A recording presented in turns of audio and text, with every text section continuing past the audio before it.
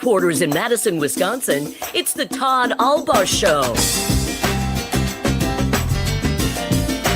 And now, pursuing truth wherever it may lead, here's your host, Todd Allbaugh. Across Wisconsin on the Civic Media Radio Network and streaming worldwide on the Civic Media app. Good afternoon, everybody. I'm Todd Allbaugh, along with our outstanding producer and engineer, Mr. Aaron Zommers, on the board. It is 6 past the hour of 12 noon on this Thursday, March 13th, 2025. Glad to have you all along here on a beautiful day in downtown Madison. Here on State Street, the sun is out. It's a beautiful day. Going to hit 70 degrees in much of Wisconsin by tomorrow, and then 30 by Sunday. Yes, that's that time of year in the state of Wisconsin. Glad to have you along. Big show today. It's an all-Dan day here on the Todd Allbaugh Show. Zommers, I'm very excited about this. Are you? Well, yes, of course. We've got a lot of great Dans. We have all kinds of great Dans at 12:30. We're going to have, I'm very excited about this. Dan Jacobs is going to be here via StreamYard.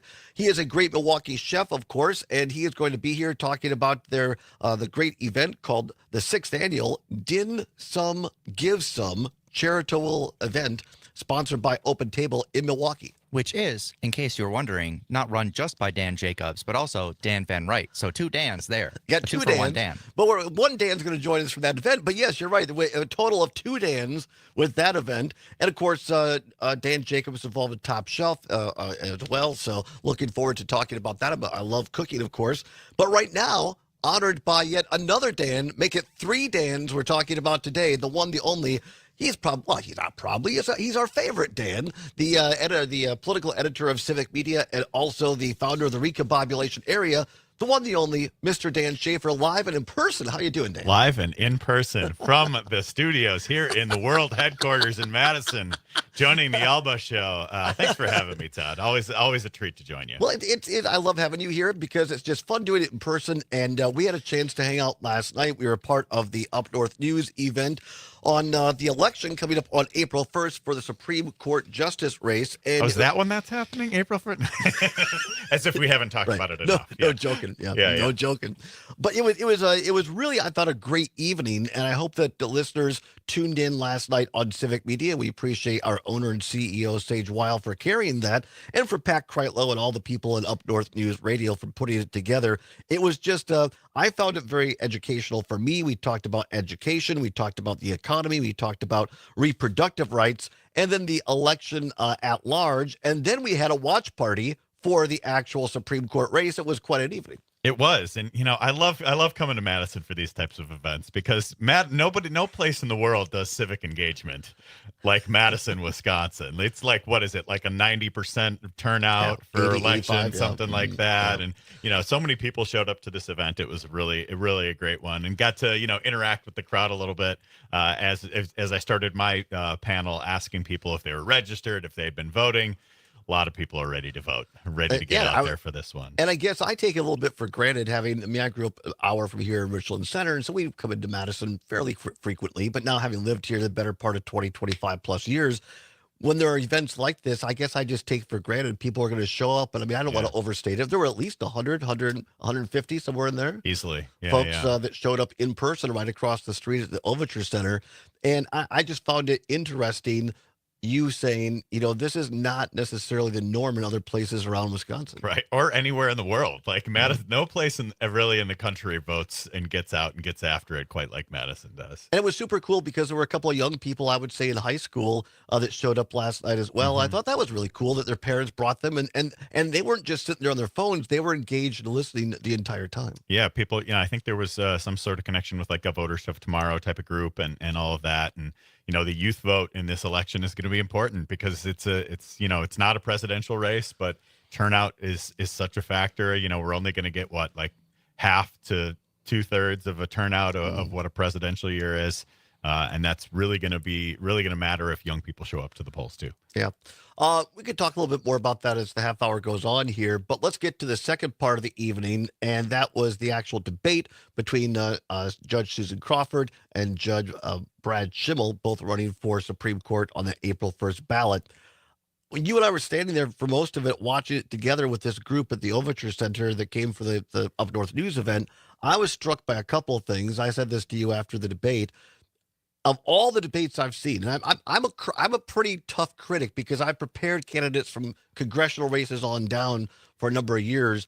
But I thought last night's debate, from a moderator standpoint, they kept it in control, but they kept it moving. And quite frankly, from both candidates giving real answers, I thought it was one of the better debates I've seen at any level for quite some time. Yeah, I thought it was really well run. It was substantive. They touched on a lot of different issues. It didn't get bogged down in some sort of like personal jabs really between the candidates or anything like that. I would recommend that people take the time to sit down and watch that one if if you still have questions about this debate. I also think Judge Susan Crawford, I thought she did a terrific job. And Yeah, I me think, too. I thought she was really in command throughout the debate and was kind of put Schimmel on the defense. But I think there were some points where he was really reeling to try to scramble and there were some points that he just outright dodged the questions. There were some points where he seemed to be kind of backpedaling on a certain number of questions as well. But I thought, with Crawford, like she's the candidate who's not as well known in this race. Schimmel has been the attorney general. This is now the third time that he is running for a statewide race. Wisconsin voters know him more than Crawford, and we saw that in the Marquette polling last week when it was somewhere around 40% of people don't have an opinion on Schimmel, and it was something like 65% on Crawford. And so for the people who are getting to know Susan Crawford, as we get to crunch time here in this race, I think this is a really great window for people to understand the type of candidate that she is, the background that she has, and the type of approach she could bring to the bench on the Wisconsin Supreme Court.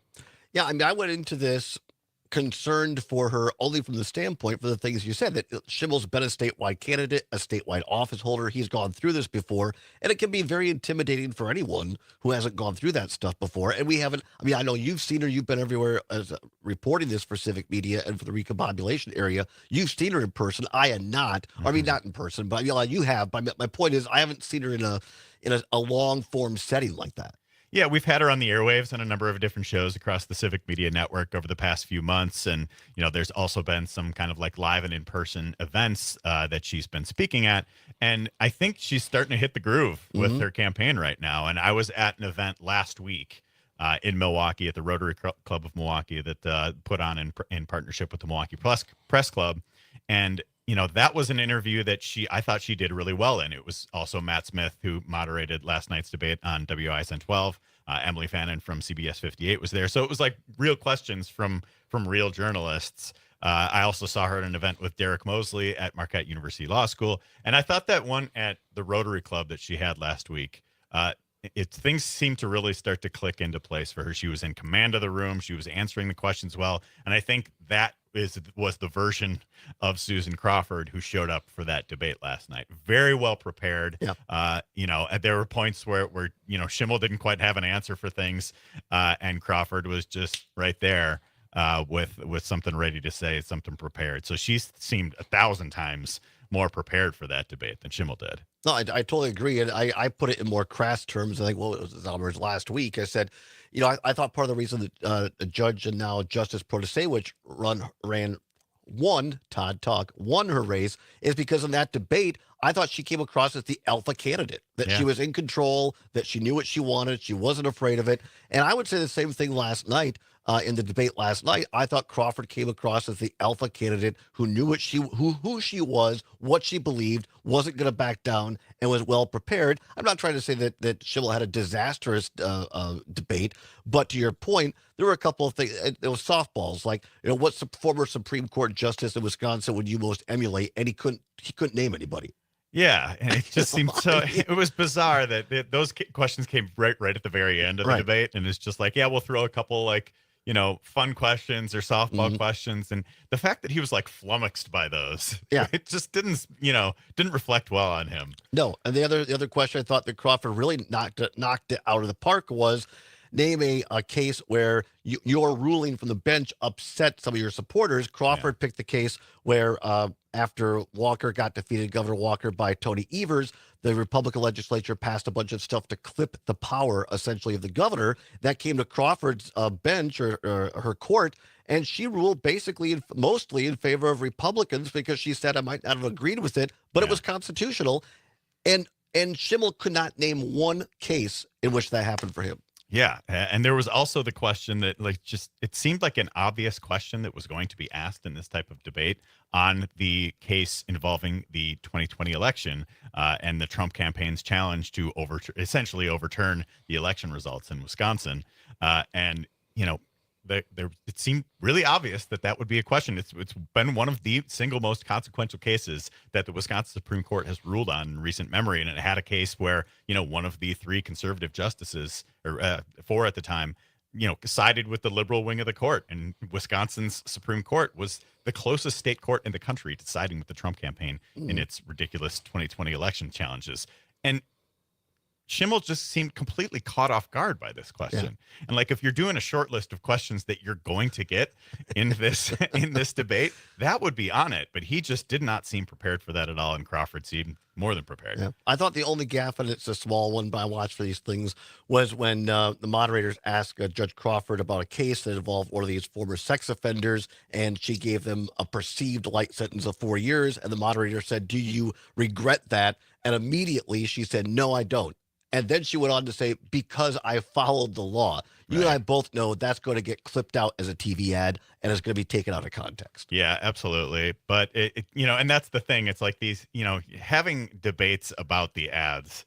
It's just such a frustrating dynamic because everything is being, because of the record spending in this race. Like, so much of the communication that people are seeing, like, to the extent to which people are tuning in for this debate, there's probably far more people who are going to be seeing the ads for this as opposed to the debate. So, like, that is a factor to consider as well. But at the same time, I think there's a number of things from that debate that Schimmel said that the Crawford campaign is going to be able to clip for ads as well. Oh yeah, absolutely. Like I said, that was the only note I had for her for the entire debate. It was fairly minor. I thought that if I was on a scorecard, which I didn't really do, I've done in the past, but if I was going to do a scorecard, I would say that Crawford was far and away the winner. I think the I've checked in with a couple sources. I think the campaign is really happy with how the debate went last night. And as Jay McNair said earlier, the far right's only criticism of Judge Crawford was that she didn't smile enough. So if that's the only criticism, she must have done pretty well. What did Dan Schaefer and I talk about after a couple of beverages last night?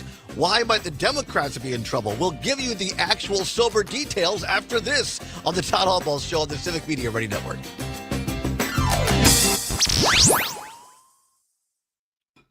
That's the show. Right. Todd after a couple glasses of wine, and Dan after a couple beers. No, let's talk about this one. Dry AMD. You may be at risk for developing geographic atrophy, or GA. GA can be unpredictable and both are progress underwater, rapidly, leading to So we'll talk a irreversible little bit about vision that. loss. Now, there's something you can do to And then I'll kind of toss it to you. Izervay is proven to slow GA progression. Some background about Republicans campaigning. Izervay, or avacincaptid paygo, is a prescription eye injection used to treat GA. Don't take it if you have an infection or active swelling in or around your eye. Izervay can cause eye infection, retinal detachment, or increased risk of wet AMD. Izervay may temporarily increase eye pressure. Your vision may be impaired after an eye injection or exam. Don't delay. Ask your doctor about Izervay This today. is really important.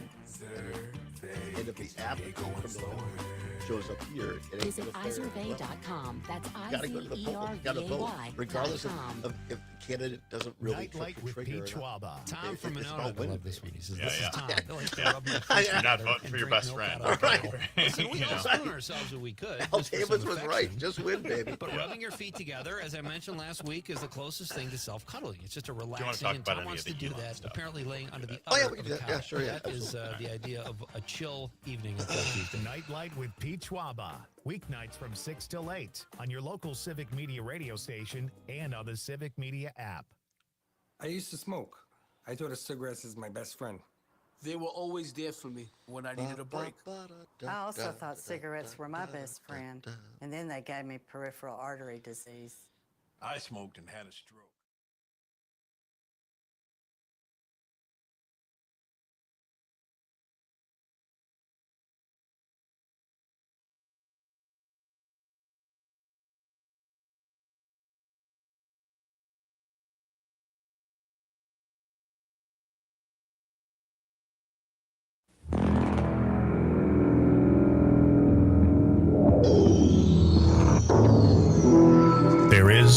a fifth dimension, beyond that which is known to man. Milwaukee's best. It's a dimension as vast as space and as timeless as infinity. Hey man, what about Milwaukee, man? It is the middle ground between light and shadow, between science and superstition. I think God would want us to go to Milwaukee. And it lies between the pit of a man's fears and the summit of his knowledge. What do you think about Milwaukee? This is the dimension of imagination. You are now entering the recombobulation area. And let me tell you, when you're in the recombobulation area, it's even better when the founder of the recombobulation area is sitting next to you. Welcome back to the show. It's 21 past the hour of 12 noon on Thursday, March 13th. Zombers on the board dialing up the only introduction.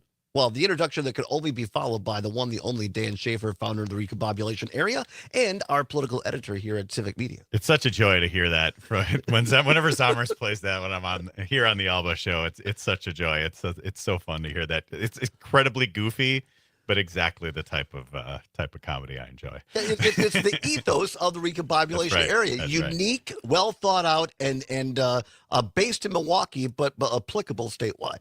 Absolutely. We have a very discombobulating politics here in the state of Wisconsin. We all need a place to recombobulate. Absolutely. Speaking of discombobulating, money, and I know we talk about this across the network in a lot of different shows, but I don't think a lot of people enjoy the Citizens United case from years ago in the U.S. Supreme Court, which said, hey, money is speech and you can't limit free speech. And so pretty much now there are no limits on campaigns, just to cut right to the bone. Yeah. And we're seeing this now, Dan Schaefer, in Wisconsin once again. Yes, a lot of money being spent on both sides, but no one individual more so than Elon Musk. Yeah, and that really came into play in a big way in the debate last night. I think I think there was a lot of people wondering if this election is going to be a referendum on Elon Musk and on what he is doing in the Trump administration with Doge, which all of the other craziness that he is bringing to Washington, D.C. But and this was something we talked about in our panel discussion as well, talking about the economy, talking about the fact that Tesla is bringing a case that could make its way to the Wisconsin Supreme Court. And I'm going to read a quote from a friend of the show, friend of the network, Joe Zapecki, yes. who characterized this very well. He was on last night. He was ready to go. He came in ready to fire. So he said there, I'm going to read his quote, and you can check this video out that we just published at the recombobulation area as well. So he says, there are rules and laws of political gravity.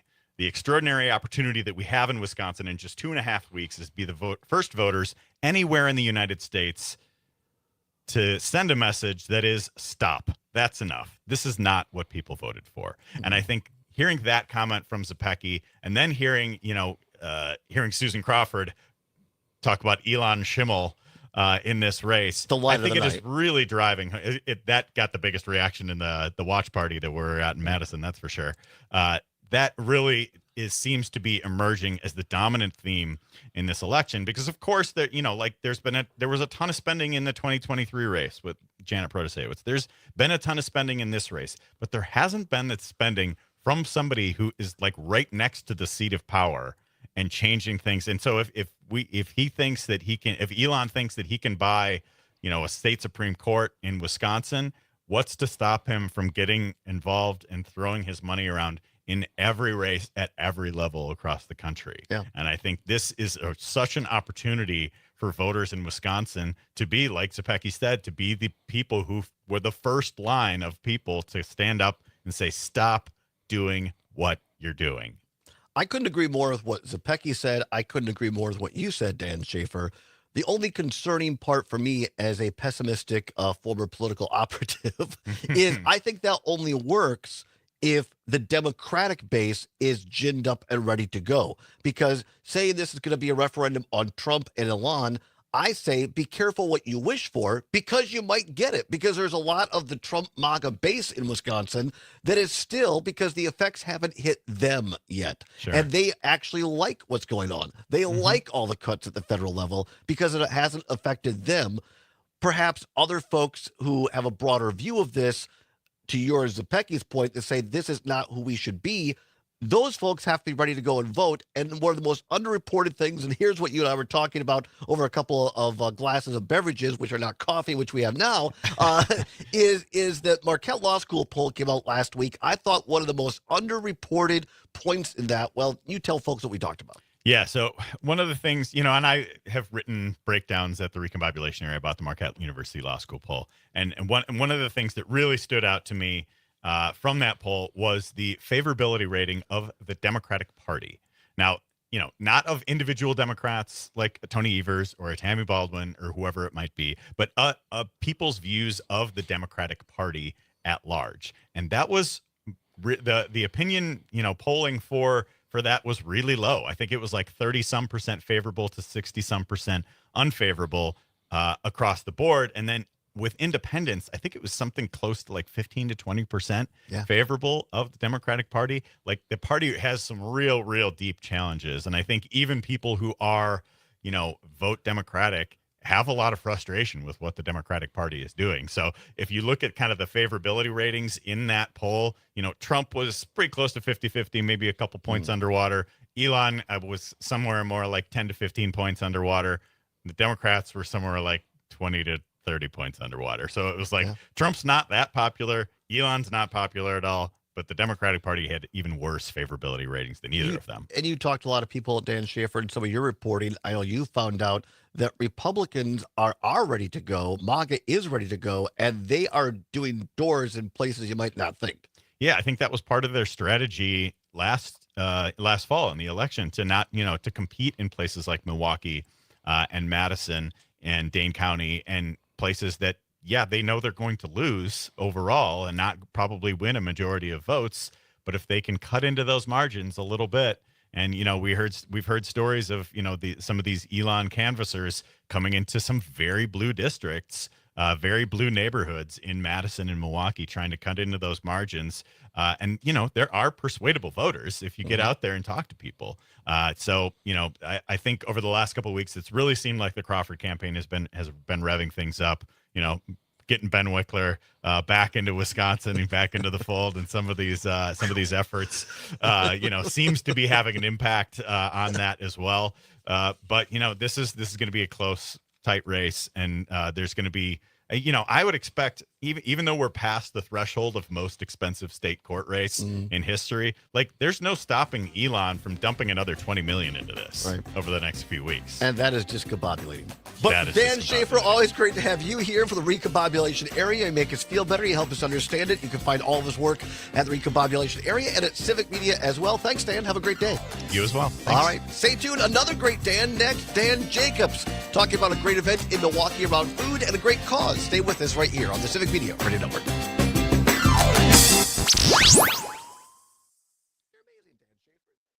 Conversation 92.7 WMDX. Your news, conversations, and a whole lot of fun. It's all on your local Civic Media radio station or the Civic Media app. The Professional Dairy Producers of Wisconsin's annual meeting is on its second day, noodles which leads the dairy market. I mean, I like. It's not super Hello, quick, thank you for but joining you us. Got, what up? Cooper's Tavern right in the square. Yeah, that one's always good. Yeah, I like their steak frites. There you go. All right, very good. Thank you. Oh, Reuben? All right, very good. We got Dan Jacobs Sorry, here. they're talking about Dan lunch, I guess. Jacobs. Dan Schaefer wants to know where to go for lunch on the square. Any recommendations? Yeah, I mean, tell him to get off the square, and if Ahan is open, I would go there. Ahan, Ahan. There's also, again, on Willie Street, Halong Bay. And he goes Bay. Oh, yeah, I've been to Halong Bay. Go to Halong Bay and order LS7. LS7. He has a specific dish even. You can't get better than that. Look at that. Dan Schaefer, a lucky guy. All right, I'm thank writing you. that down. Thank you, Dan Jacobs. It's an all Dan show today. I love it. Thank you. 1 second. Any song requests? Beastie Boys, Flute Loop, or what's the first song off of Ill Communication? I don't remember which one's the first, but Well, I'm going to look it up right now.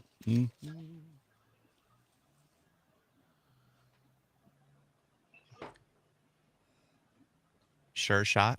Yeah, there you go. It's kind of like my that was my walk-on music when I was on Beat Bobby Flay. That's fantastic. I absolutely want to talk about that. I don't know if it ever aired. Like, I don't know if they aired the music because it's one of those things. Maybe they couldn't. But like they were like, "What do you want to walk out to?" And I was like, "Sure Shot," the Beastie Boys. I love it. All right. So I've got the Luke gave me the details here on the Dim Sum Give Some charitable event. So definitely want to talk about that. Are there any other specific areas or items you want to make sure that we cover? So I believe Main Street Alliance wanted me to kind of shoot out some stuff on our day of action we have coming up on the 18th at the state capitol, which would be, talking with our representatives. What is Main Street Alliance? That sort of thing. If we have time for it, it's great. If we don't, no big deal. Absolutely. If we got you till, so we go, this segment coming up is 15 minutes till 10:02. If you just have that much time, that's fine. We can end it there. Otherwise, we have a 2-minute break and then another 6 minutes on the other side of that. So whatever you have time for. I may only have the 20 minutes because I have pretty much back-to-back shit all day today. Today is a real sandwich pack. And then on top of it, there's there's my wife Kate broke our internet at home. Oh no! There's a lot going on. There's all sorts of extra shit happening today. We will get you out of here at 49:20. Thanks. Yep. Thank you very much. Got a little over a minute until we are on the air. Thank you, Aaron. 3 degrees. Got my Still swears putting up. off that deep clean, like HS Pristine. Yes, On the thank you. stream, you could always swear, but no, With once you go to 20 years of broadcast, meticulous cleaning experience, they make your home sparkle without the hassle. Call 920-932-0000 today. Why wait? Blind Shot Social Club, a perfect blend of cool, casual dining, indoor golf with space for events, craft cocktails, and non-alcoholic drinks too. A hidden gem on Madison's East Side. Blind Shot Social Club, open to everyone. BlindShotSocialClub.com. As a federally licensed broadcast company, this civic media station is required by FCC regulations to accept advertising by all qualified candidates for federal office. We also accept ads from state and local candidates. We do screen announcements 30 from seconds. issue groups Thank and you. PACs and exercise discretion.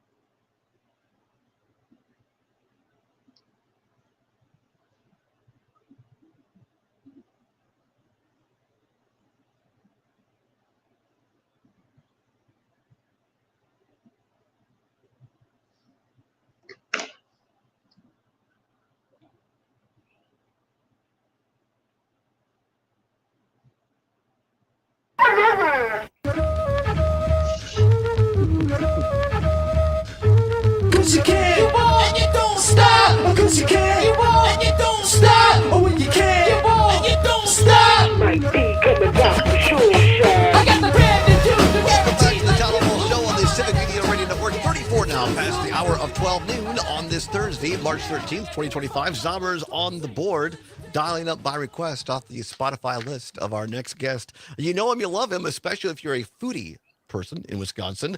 He is a renowned restaurateur in the Milwaukee area and has been on national shows like Top Chef and Beat Bobby Flay, but he is also here as a part of Main Street Alliance and talking about a charitable organization that he and others are a part of. We welcome Chef Dan Jacobs via StreamYard from Milwaukee. Chef Jacobs, how are you? I'm good. How are you guys? This is great. Thanks for having me on. Well, we are very excited. I know I'm very excited. I'm a foodie kind of guy. I have the Food Network on. I have the cooking channel on a lot.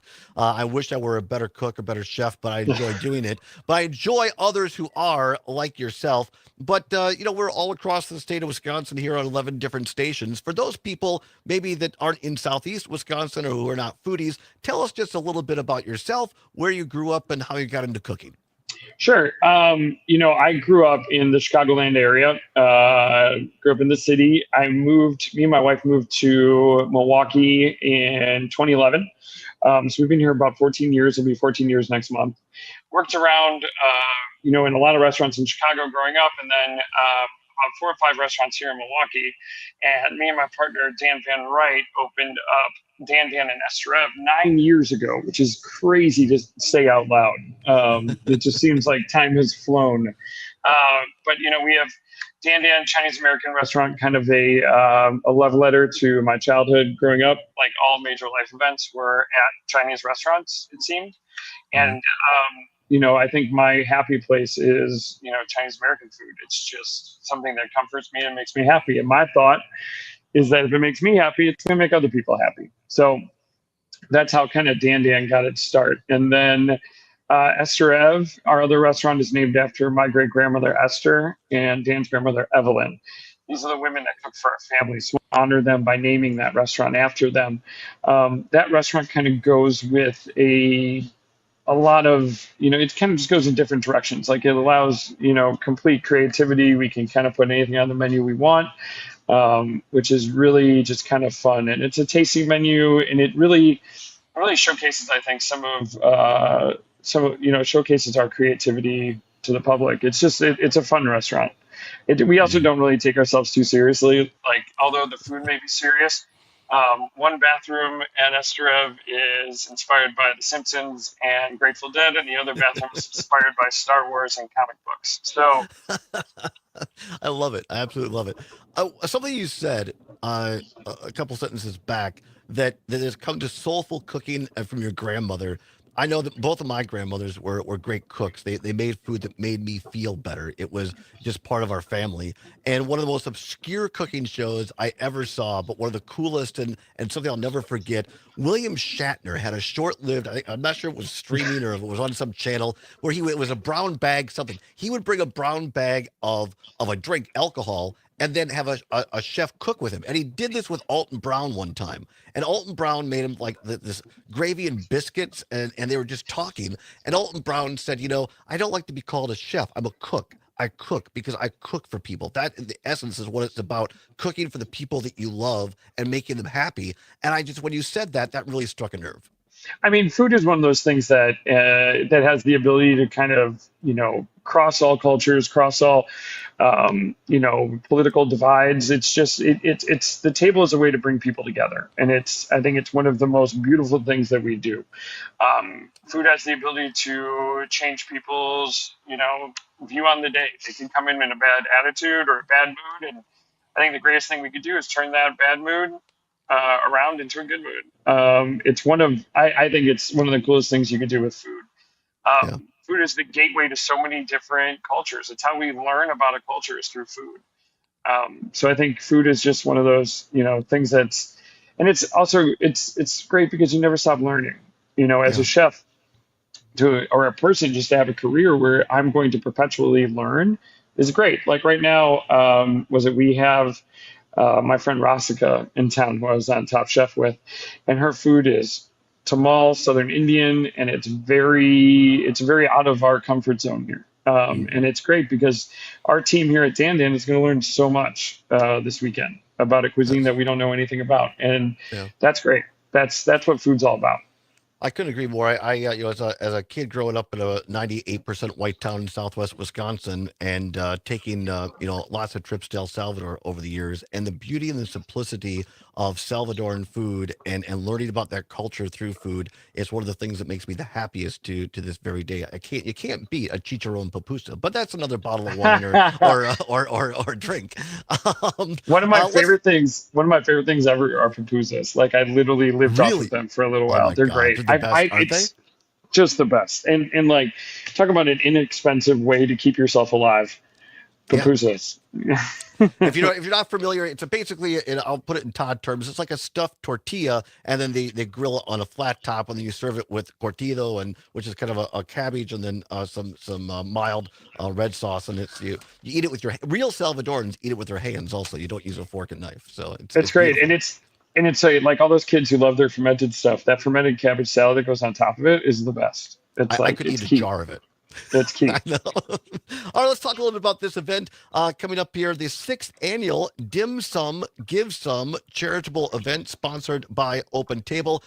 This is something that's very personal to you, and tell us, Chef Dan Jacobs, what this is all about. So yeah, during our like the run up to opening of Dandan in 2016, I was diagnosed with a rare neuromuscular disease called Kennedy's disease.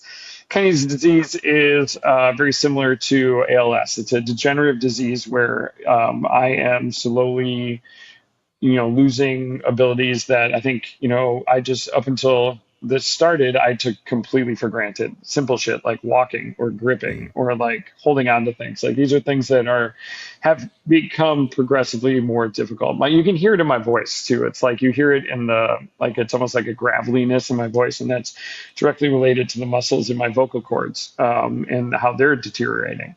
Um, it's tough, and then being a chef is like this is a physical job, and so it's really kind of changed a lot of how I work. But I think it was like the second time I went back for a checkup, and when I realized that nothing, like I was like, okay, cool, we're gonna go back to this checkup. They're gonna give me a pill. There's gonna be a treatment. We'll start working on something. Well, there is nothing. Having a rare disease is one of those super great things where there is no real treatment sometimes for these things. And I remember I was very angry for an evening. I kind of cursed the world. And then the next day, me and my wife Kate kind of really, we kind of brainstormed things that we could do, and so in became Dim Sum Give Some, became like this annual event. I think we've raised, in the neighborhood of 110 or $120,000. This year is going to be our biggest event ever. We have over 30 chefs from all over the country. We're returning almost all, but I believe 3 of the Top Chef contestants from the season I was on season 21. We have chefs from Chicago, chefs from Madison, from Milwaukee, from Minneapolis. Like it's just kind of it's become this really big event. And so, we're trying to raise, through thankfully to our partners with Open Table, we're going to hopefully raise upwards of $40,000 to $45,000 this year, which will be our biggest amount we've ever raised in a 1 year. I also, side note, there's this woman in Texas who outraises me for the KDA. That's where all the funds go. It's the Kennedy's Disease Association. I am not a competitive person until competition starts, and then all of a sudden I'm like, I need to outraise this woman. Like I was like, I can't believe this woman beats me every year. So like, this is my attempt to beat her. I think that's fantastic. My paternal grandmother had something called scleroderma, which is a rare neuromuscular disease, and she kind of had the same. She for a while was angry, and then she said, why not me? And she became an advocate, and I think that I hear your passion, your voice, and I think this is just remarkable. And obviously, very sorry this has happened to you, but what you're doing to bring awareness, and even better to raise these monies to help find a cure and to treat this is remarkable. Tell folks how they can get involved and be a part of this, Dan. So, you can head over to Dan Dan's Open Table website if you want to book a ticket. It is going to be Sunday, April 13th from noon to 3. It's going to be a walk around event, so you can really just walk around and sample 30 different chefs' foods, stuff that you would never, people that you might never have been to their restaurants before. It's going to be a really, really fun event. A lot of music, a lot of good times. We'll do some raffles. It's just always kind of a real nice party atmosphere. And then I attempt to make you all cry by the end of it with some sort of speech, because there's nothing better. That'll happen as well. Absolutely. And we love our Wisconsin chefs, our Wisconsin restaurants, but you're bringing in folks from all around the country: New York, yeah. Durham, North Carolina, Chicago, Houston, and the list goes on and on. Yeah, it's just really cool. That's one of the things, like chefs, we have this bond, and I think it's one of the coolest things. If somebody asks for help, everybody jumps in, and it's not just here. It's everywhere. Like I think every chef has this thing in them where they just want to help other people. I think it's part of what draws people like that to this industry. Like it's definitely one of those things where I think we really enjoy helping our fellow chefs out. We love helping anybody out, but I think especially when it comes to our fellow chefs, we really jump in. We're talking to Chef Dan Jacobs of Milwaukee, talking about his 6th annual event coming up, Dim Sum, Give Some charitable event sponsored by Open Table. We'll put all the details in our show notes. Will Mr. Zommers, our great producer, how you could get involved. We'll continue to remind people as that date approaches as well. Dan, tell us a little bit. You're a part of this group called Main Street Alliance. We've talked about it on this show before, but tell folks just briefly what this organization is. I know you have a day of action coming up on March 18th. Yeah, on March 18th, we have this day of action coming up. So the Main Street Alliance is basically, they cultivate a network of entrepreneurs, connecting them with resources to build sustainable enterprises and uplift their communities. The Main Street Alliance membership drives state, federal policy making that gives a fair shot to small businesses and strengthens local economies nationwide. The MSA represents 30,000 small business owners nationally and 2,000 right here in the state of Wisconsin. Basically, we come together in Madison. We meet with our local representatives and we tell them, stuff that I think truly matters to small businesses. Some of the things that, I think are, really needed at a state level, childcare investments. Our childcare system is in crisis, and this has been a long-standing problem. This isn't something that's, just happening. The childcare workforce is behind and fleeing for better paying jobs, honestly. Like they're underpaid and they want to do something else. Facilities are being forced to close, which raises rates due to the economic pressures, which is, as a result, kids, parents, and our economy are all struggling. Small businesses are taking a particular hit. Half of all small business owners name childcare access and costs as one of our top issues. We see it right here at Dan. One of our executive sous chefs, he's got a daughter, his wife works, he works, and I think his main, it's one of these things where he has to choose, or his wife has to choose whether or not to work or to have childcare, because it's almost a push. And it's if we want to stimulate the economy and stimulate growth and stimulate sales tax, this is a great way to do it.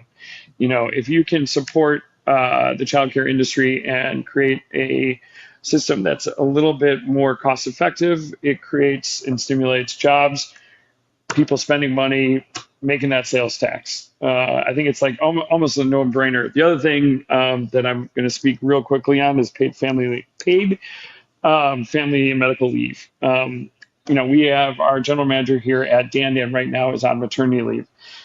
We gave her 4 weeks of paid maternity leave plus her 2 weeks of paid vacation that she's using up. So a total of 6 weeks. This is money that we are giving out of our pocket. We have no recourse on this money. It's not covered by anything. And, this is a high level employee. And I think even from somebody who doesn't have children and, I see this as such an important thing. Like in early childhood development, you need that family unit together. And I think there's no way that we wouldn't do that. But the fact that, we're alone and, our industry doesn't guarantee any sort of paid family leave, it would be great to be able to do that. You can find more information at Main Street Alliance about their day of action on March 18th. And don't forget to check out Esther Ev and Dan when you're in Milwaukee. Chef Dan Jacobs, thank you very much. We appreciate your time. Welcome back anytime. Thank you so much. Our pleasure. Dan Jacobs, everybody. Stay tuned. Hour number 2, including What's Worse, straight ahead on the Todd Allbaugh Show on the Civic Media Radio Network.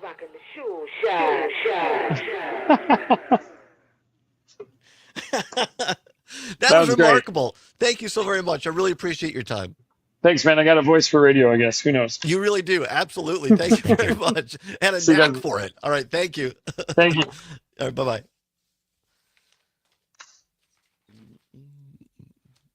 Well, that was great. Yes, it was. Other than one, good job on the button there, but I always he was talking about it very. I don't. Oh yeah. I don't blame him at all for that. I always wait a second before immediately hitting it, just in case they say something again right away. Right. Folks, we've got to talk about Derek Van Orden. The second-term congressman representing Wisconsin's 3rd District is at it again, dodging public meetings and making all kinds of unhinged comments. As many scramble and struggle to understand the chaos of what's happening in Washington, D.C., and how it's impacting people here in Wisconsin, Van Orden has been as frustrating and disrespectful as ever. In one instance, Van Orden took to social media to berate a veteran who had been fired from his job at the VA by Elon Musk's Department of Government Efficiency. And the veteran in question is simply someone gentleman Dim who sum, was give just some. reaching out to his congressman looking for answers. Van Orden's office has also hastily canceled public meetings, and he has made some especially I feel wild like I can't accusations eat enough about people food who have been at attending once these for me to events. want to go, Congressman but I do Van want Orden to needs support it. Stop this unhinged madness, and more importantly, be more available and accountable to his constituents. Find all of Dan's work at the Recombobulation area and on our website at civicmedia.us. Wherever you are in Wisconsin, there's a free and confidential Aging and Disability Resource Center, ADRC, or Tribal Partner Agency. We're here for older adults, adults with disabilities, and your families. I was thinking it was the ADRCs top are a of the bridge to support for benefits and I financial almost went out to use the restroom, ladies and gentlemen. I would have had to host the show. Right, about 10 seconds.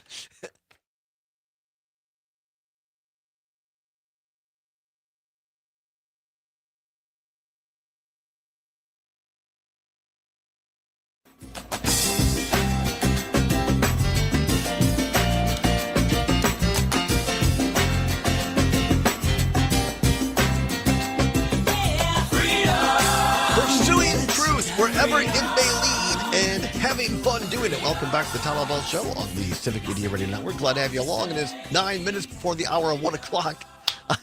First of all, how about Dan Jacobs? Well, Dan Schaefer, too. It's a day of Dan's. But Dan Jacobs, here's a guy who is we didn't even have time to get into. He appeared on Beat Bobby Flay and Top Chef. But he lived such a full life, we didn't even have time to get into that, because here's just a remarkable person who is a great award-winning chef. He had something unforeseen happen to him in this Kennedy's disease, and instead of just sitting around feeling sorry for himself, he says, no, I'm going to be a guy of action and a person of action, and now is raising over $100,000 to help defeat this thing. And he has a positive attitude, and he's just a remarkable person to talk to. Yeah, that's the best way to respond to adversity is to shine a beacon on it, to ask for help, and to take action to help other people with the same problem. Yeah. Chef Dan Jacobs, really, really appreciate. He's a busy guy and took time for us. Esther Ev and Dan Dan are his two restaurants in Milwaukee. If you get down there, please check them out. They're absolutely fantastic. There you go. As it turns out. Number two, the block that he was just in, it ends at 10 till basically. I'm used to those interviews going to the top of the hour, and that's why I said hour 2 is straight ahead. And I partner walked out and went to the bathroom during that break. And I realized, well, wait, I got 10 more minutes to do before the top of the hour. It was this close to being the Aaron Zomer show.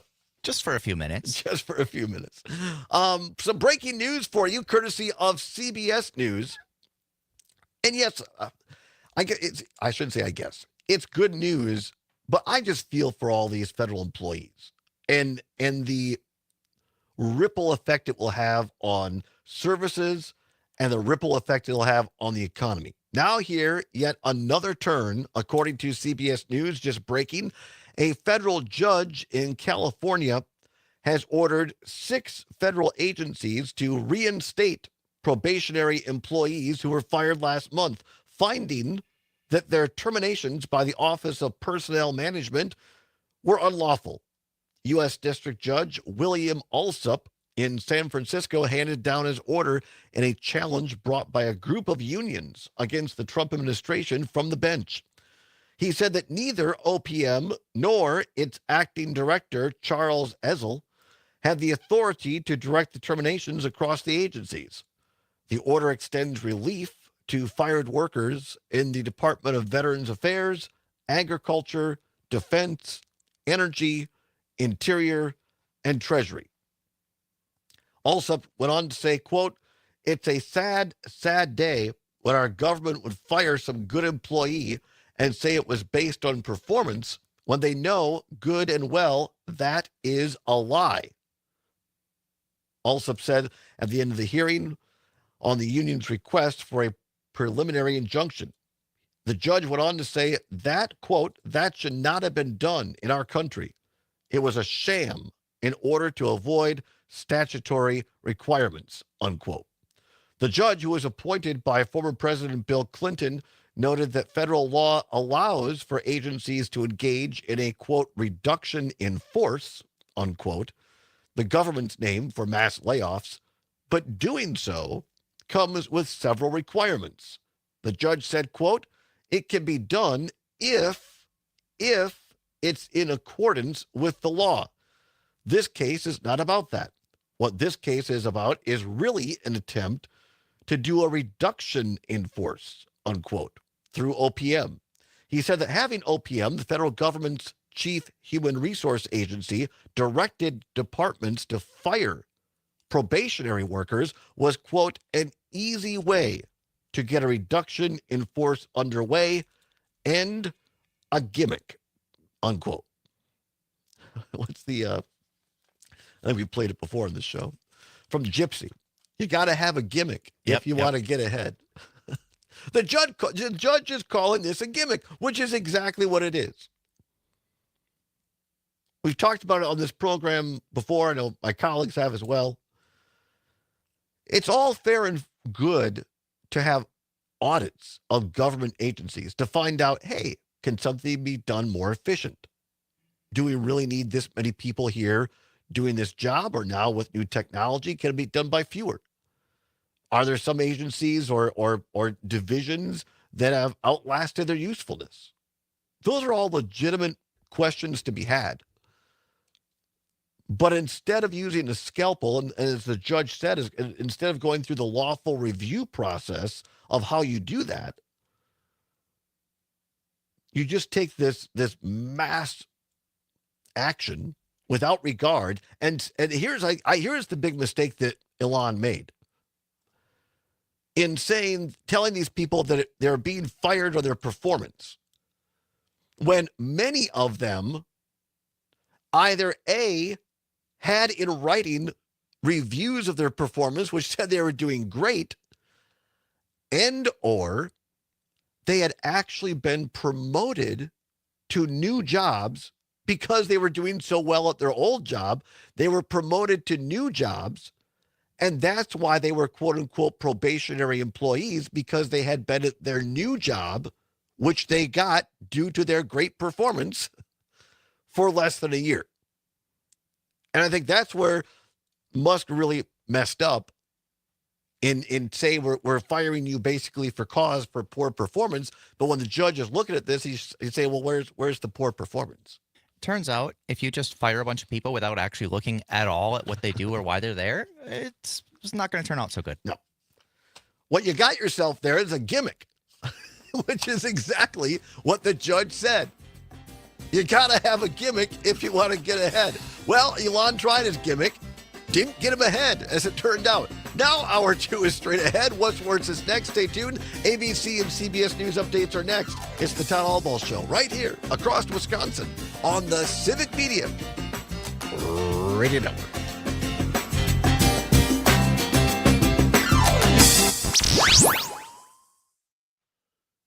Great conversation. 92.7 WMDX. Rational Revolution with Mark Becker. How are the Trump policies going to affect agriculture? We'll find out with Xochitl Torres-Small, who was the Deputy Secretary of Agriculture in the Biden administration. Saturdays at 2, Sundays at 1 on your local Civic Media radio station and on the app. Nightlight with Pete Schwaba. Tom from Monona. I love this one. He says, this is Tom. I like to rub my feet together and drink milk out of the cow. Listen, we'd all spoon ourselves if we could, just for some affection.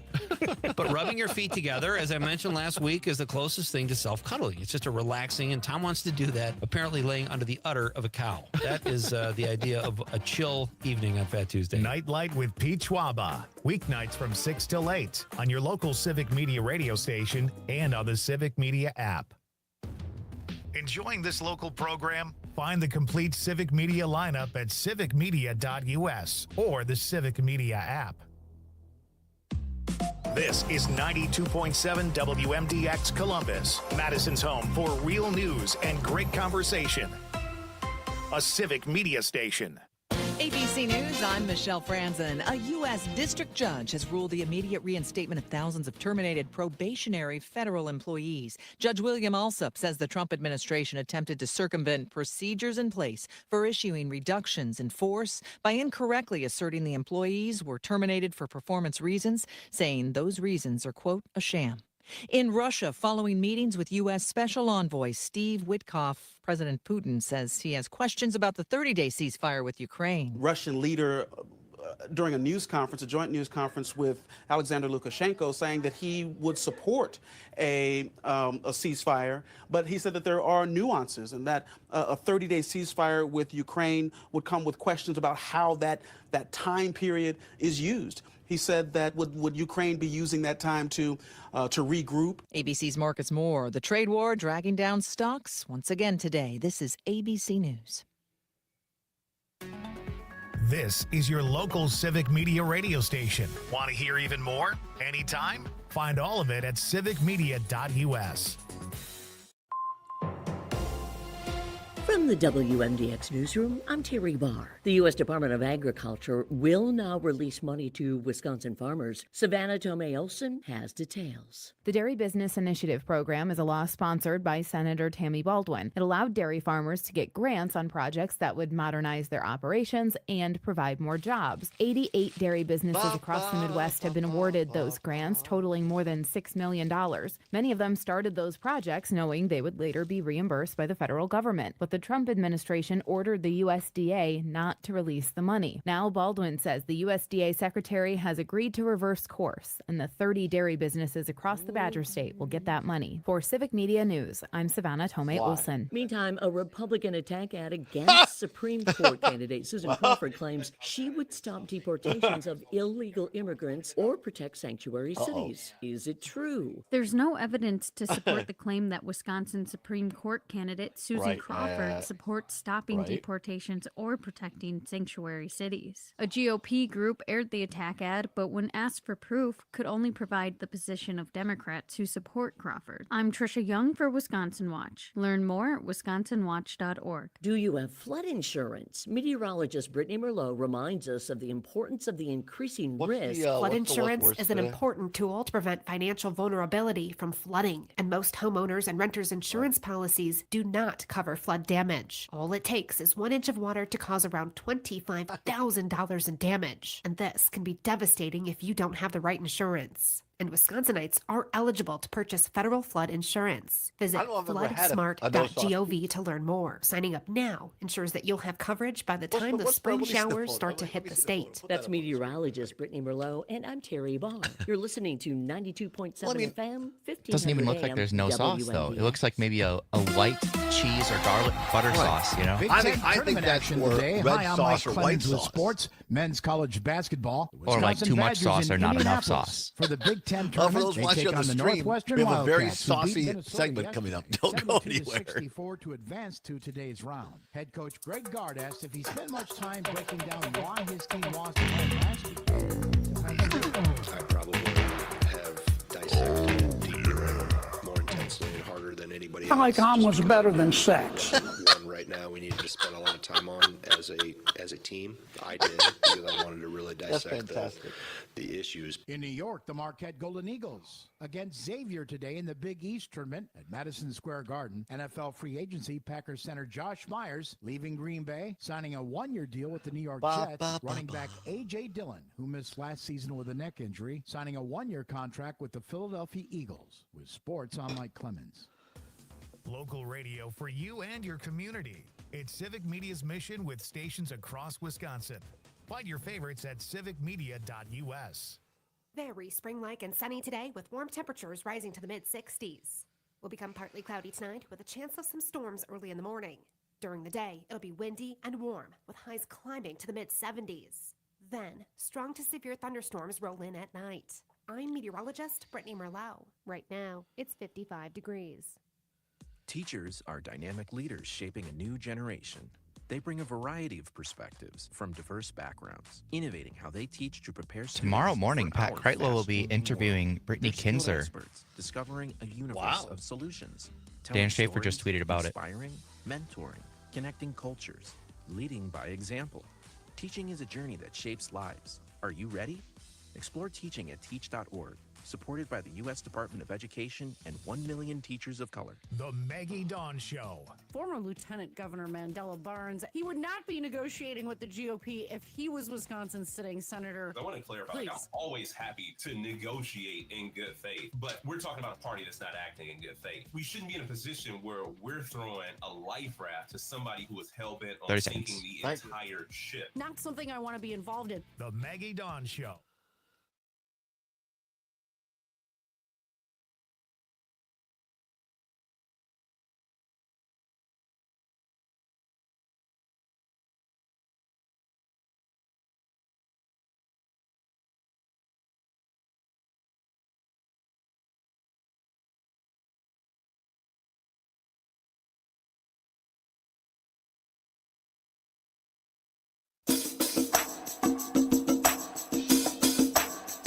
Live from the Civic Media World Headquarters in Madison, Wisconsin, it's the Todd Allbaugh Show. And now, pursuing truth wherever it may lead, here's your host, Todd Allbaugh. Across Wisconsin on the Civic Media Radio Network and streaming worldwide on the Civic Media app. Good afternoon, everybody. I'm Todd Allbaugh, along with Mr. Aaron Zommers, our fantastic producer and engineer on the board. It is 6 past the hour of 1 o'clock. Welcome into hour number 2 of the big program. It is Thursday, March 13th, 2025. It is a great day to be a Wisconsinite. It is a sunny day, a warm day. Mr. Zommers, I can feel that it is truly shorts weather. Temperature is going to be get up into the 70s tomorrow. For a couple days. Yes, and then winter returns by Sunday. Second, third, fourth winter. Right. But in all seriousness, just for a second, if you live in Wisconsin, particularly say between La Crosse and Eau Claire, and then draw a line kind of over and down to Toma, and then over to Portage, and then down to Racine, Kenosha, that I'm very broadly speaking southwest part of the state. I know people in Madison wouldn't say they're southwest, but if comparatively, but the southwest portion of the state, third maybe is a way to say it. Maybe some severe weather tomorrow night, so just be aware of that. And what makes it kind of scary or scarier is that the meteorologists expect the worst of the severe weather tomorrow evening to come in after sunset. And so that's when it gets dangerous, and because it's darker out, obviously, and so darker or darker. And so people, and there is some risk of tornadic activity. It sounds like most of the concern is for severe thunderstorms, not a lot of rain in this system because it's going to be so fast moving, but it's the wind. And so both straight line winds and also a possibility, keyword possibility, for tornadic activity. So just keep an eye to the sky, keep an eye to the radio and your other weather sources, because could get kind of rough going for tomorrow. May want to plan not driving too late. Yep. Yeah, exactly.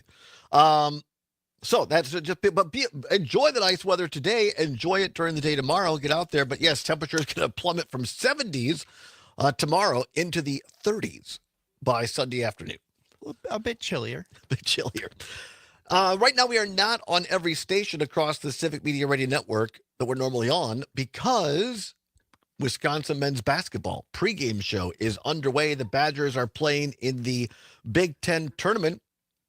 Big game coming up here in about a half an hour. So we will be ending our show today at 1:30 and enjoy the music for the last half. We can't do that? Yeah, no, we're not going to do that. Oh, we're not doing that. Apparently, we're not doing that today.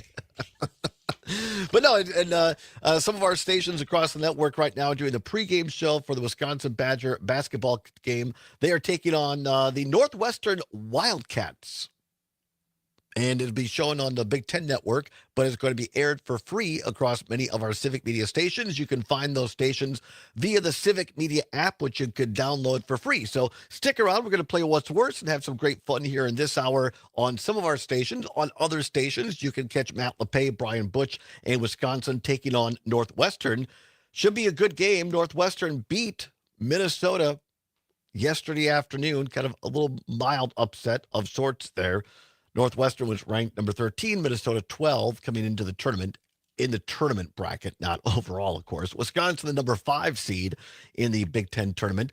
If they win today, the Badgers, they would take on UCLA tomorrow. So we'll see. One game at a time. But first of all, the Badgers taking on Northwestern at the bottom of this hour on some of our stations. We'll kind of give you little updates as the show goes along as well. But right now at 10 minutes past the hour, 1 o'clock, time once again for What's Worse? This or that, this or that. Then, of course, the choice is yours. You can get with this or you can get Time with once again for What's Worse. No prizes to give away, no money involved, but it is your opportunity to have your voices heard. Normally, I say across all 11 stations in the Civic Media Radio Network, but today, a third of them, or maybe 2/3 of them, something like that, right? Because of Badger basketball. But nonetheless, a great opportunity to have your voice heard. And this is timely as indeed, as Mike Lucas is fond of saying, because, as we said, lots of basketball. It is the season for tournament college basketball. The conference tournament's going on right now. The Badgers playing Northwestern at the bottom of the hour. And then Selection Sunday, this coming Sunday on CBS. Always one of my favorite things. Going to seem a lot different this year without the legendary Greg Gumbel after his passing. But nonetheless, a great event, Selection Sunday. We'll find out where the Wisconsin Badgers rank in the final tournament seeding and where they will play in the first 2 rounds, or if they get to 2 rounds, first 2 games. There's a chance they could still play at the Fiserv Forum in Milwaukee next Friday. But part of that might depend on the outcome of today and the rest of the Big Ten tournament. The point is, this time of year, Zommers, lots of people order the pizza. They're wanting pizza this time of year because there's no better food to eat, I don't think, during a basketball game than pizza. So, directly from the home office, as they say, what's worse, pizza with sauce or pizza with no sauce? Pizza with sauce or pizza with no sauce? 855-752-4842, 855-752-4842. I don't know that I've ever had pizza without sauce, except for one time when it was an accident. They didn't put sauce on it, and I got my money back. Well, this brings up an interesting point, and the person who normally writes these, our co-executive producer, CP, and he is traveling, right? So I put he's an important guy. He goes all over the country, and so I put a text into him. I said, if you have a minute, could you call in and explain pizza with no sauce or pizza with sauce? He says, I'm traveling, but he sent me an 8-second voice message. Now, I have not listened to this. Do we play it without listening to it on the air, or do we not? We have a dump button. I'm just going to say you've got your finger on the dump button. And also, there's very high-level meetings right now at Civic Media, and everybody in leadership is at lunch. And so nobody's listening to us. So, we'll be fine. Let's do it. All Let's right, do it. So here we go. Here is the unedited version of CP on pizza with sauce and pizza with no sauce. Here we go.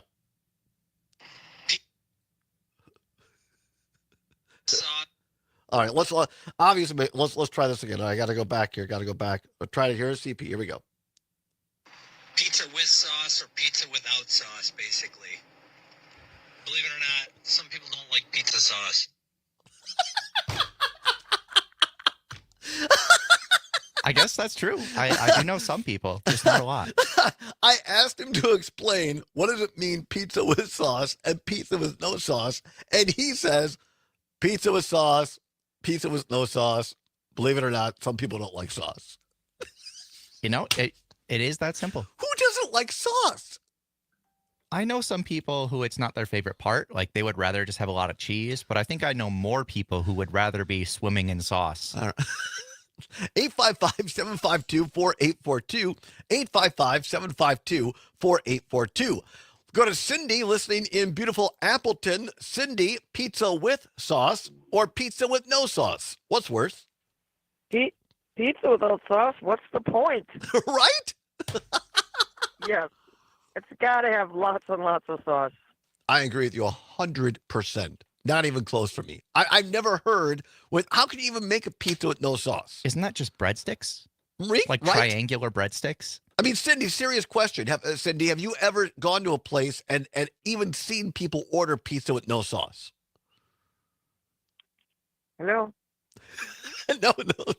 Thanks, Cindy. I appreciate it. People, CP, Cindy, people, very, very few words today. 855-752-4842. 855-752-4842. Let's go down to beautiful Waukesha on WAUK. Rick listening in Waukesha. Rick, pizza with sauce, pizza with no sauce. What's worse? Well, I'll tell you a fact. I was married to a Sicilian, and it's pizza with sauce I like, because one time she made me a pizza late at night, and she didn't have the stuff, and she put it on a pancake mix. Really? I had to turn it down. I couldn't eat it. Wow. It's a true story. And texts with no sauce are better. I appreciate it, Rick. Thank you so very much. Now, right there, if you've got a wife who's a Sicilian, I'm surprised she even used a pancake batter. I guess in a pinch. It was Maybe she just thought, I can do this. I'm good enough at this. I'll make it work. But to have your husband turn it down. Must be a low blow. Late at night. And getting no sauce. 855-752-4842. 855-752-4842. Pizza with sauce or pizza with no sauce? Dave in New Berlin texts in saying, pizza with no sauce isn't pizza. It's a salad on a piece of bread. That's a good point. Now, for those watching on the stream, and we have a lot of folks watching on the stream today, we appreciate that, largely because of Dan Schaefer and Dan Jacobs, of course. The photo, the picture we have on the screen on streaming on Facebook and YouTube and Twitter and the like, the pizza with the sauce looks like a great pizza, a typical pizza. The one on the right, the picture for no sauce, it looks like it's a white sauce or a cheese sauce on the bottom. I don't know. It's hard to tell if it has sauce or if it's just melted cheese. Right. 855-752-4842. 855-752-4842. We go down to beautiful Greene County and the city of Monroe, that is. Angie in Monroe. Angie, pizza with sauce, pizza with no sauce. What's worse? Actually, I'm in between because sometimes the sauce isn't very good. Oh, all right. So it just depends on your sauce. And I would rather do no sauce and just do a little garlic on it. And because you can make flavor without having sauce. Right. On your breadstick. So as long as you have flavor on your breadstick, I mean, just put garlic on it and put some tomatoes on it. And you don't have to do all the rest of it. Because some places, like now that I'm older, I get heartburn really bad. Sure. So yeah, it's so picky. And as long as it's got no preservatives, which actually Casey's doesn't have all the crap in it. All right. Because I don't get heartburn from them. So I was just down in opinion. I was just down in Monroe last week, and my friends Kurt and Florcy and I, we ordered Vince's pizza. You ever have a pizza at Vince's in Monroe? No, she's gone. All right, very good. You cut her off now. We'll find out.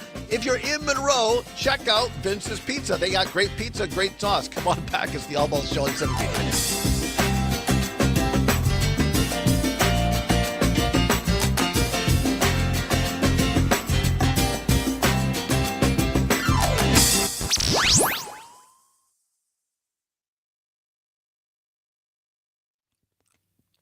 I wanted to ask her about Vince's Pizza. How would I have known? I was answering another call. It was the last 10 seconds. I know. At CISA have experts raising concerns. Angie, if you've ever had US Vince's readiness Pizza, let for me know. cyber It's really attacks good. On election infrastructure and federal agency networks. An additional 100 now this is breaking news for all of you on the stream. Were reportedly terminated. We'll talk about this on the air. Terminations raised the number of layoffs at the the Henry Viles Zoo welcomes two crested porcupines. Though new CISA leadership has denied recent layoffs. As we reported in February, a team assisting state election officials in improving and hardening election systems was laid off. VoteBeat reported March 11th that CIS's new leadership informed state election officials that it had suspended operations and funding for the Election Infrastructure Information Sharing and Analysis Center. In addition, a McCarthy-like effort is underway to purge CISA staffers who ran 2020 efforts to combat foreign and domestic disinformation in social media, some concocted by the Trump campaign and its allies. Reports in cybersecurity journals say that the latest layoffs involve so-called red teams, which pressure test the security of government networks. CBS News quoted one cybersecurity expert let go in February as saying about U.S. networks, "We're being targeted daily, hourly, and every single minute." We have more at AmericanDemocracyMinute.org. I'm Brian Beal. Looking to strengthen the bond with your pup? Dane County Humane Society offers a variety of dog training classes led by certified trainers. Classes are designed to help you and your furry friend learn new skills, improve behavior, and deepen your connection. Whether your dog is a curious puppy, an independent teenager, or a lifelong learner, DCHS has the tools and expertise to help you set the stage for a successful year ahead. Visit giveshelter.org/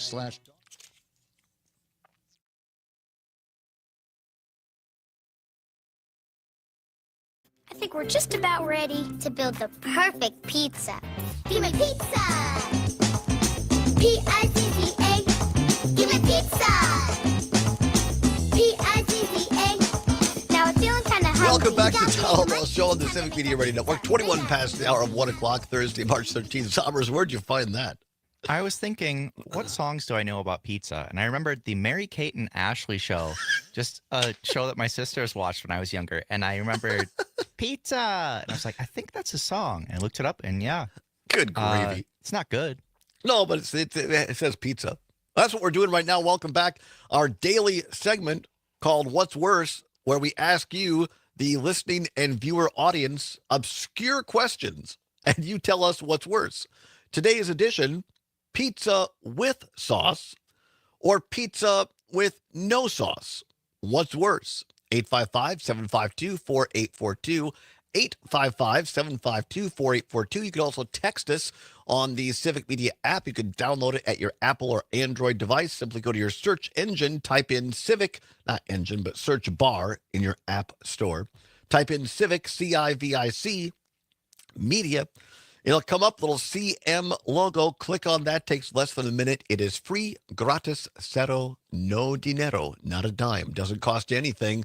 It's what Gail King at CBS calls a deal. The Civic Media app, you can listen to all of our great programming and text in. And you'll want to do this now.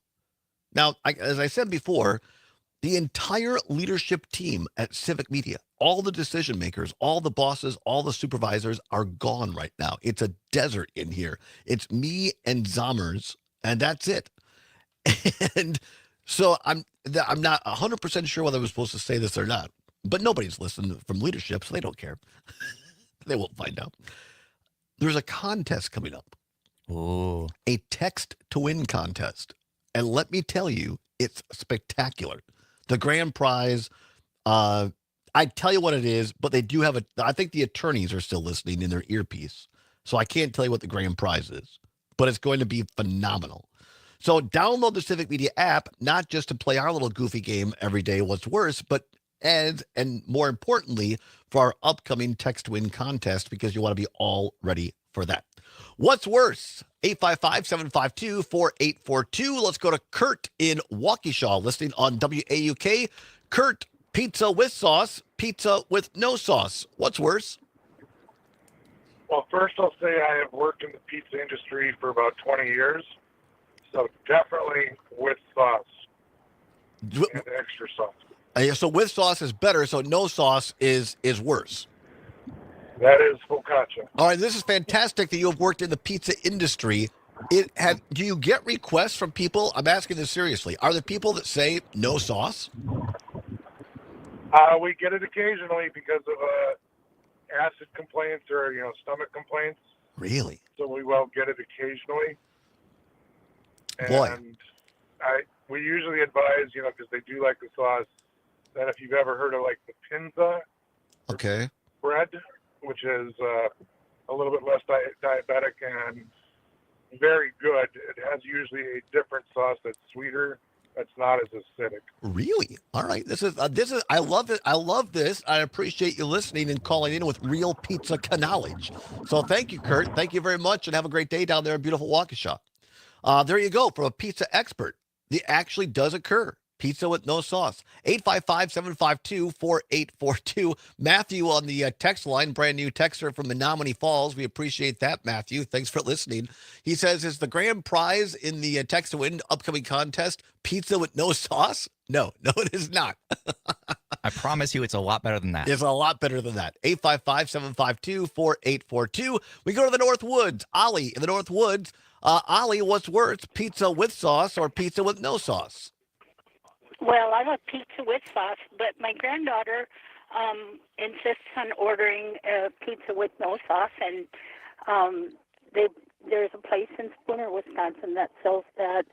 I believe they call it cheese fries. So basically, it's the pizza crust just loaded with cheese and a little bit of garlic and stuff, and that's the way she goes. So wow, all right, I'm learning every minute, and I love every minute of it. Thanks, Ollie. I appreciate that. Plus, I'm sure there people with allergies, like there's always going to be things that sound weird to everybody else, but that they have to eat for dietary reasons. I think what's emerging here, Zombers, and correct me if you think I'm wrong, and what's emerging here is this is not like a listed menu item or something that's normally done, but it occurs occasionally. That's maybe why I haven't heard of this before. Although, Tyler in Columbia County just texted in saying pizza with red sauce is worse, but if there's Alfredo or cheese sauce, I'll take that over no sauce. Really? All right. Well, I've seen that, right? I mean, our friend Ian's Pizza up here, where Zombers and I eat about every 8 days. It was only 7 days in a week. And they're fantastic. They have the mac and cheese pizza, and they also have a chicken Alfredo pizza. So yeah, you have different sauces. But the question right now is, what's worse, pizza with sauce, any kind, or pizza with no sauce? 855-752-4842. 855-752-4842. Steve in Milwaukee says, with sauce, unless you have Papa Murphy's Mediterranean chicken pizza. That is good without sauce. That's very specific. Most of the time that no sauce is worse, but sometimes it works. Sometimes it works. What else do we have here? We have Jules listening on WXCO up in beautiful Wausau, says, isn't no sauce pizza fries? Well, that's a good question as well. Pizza with sauce or pizza with no sauce, Zommers? I'm going to have to go with the majority here and say that pizza with no sauce is worse. If you're still calling it pizza, if you're saying it's breadsticks or pizza fries or something like that, that's a different thing. And if it's just pizza that has no sauce and you're not intending to dip it in sauce, then that's worse. Yeah, I mean, I'm just going to cut right to the chase. Pizza with no sauce is worse. Period. Hands down.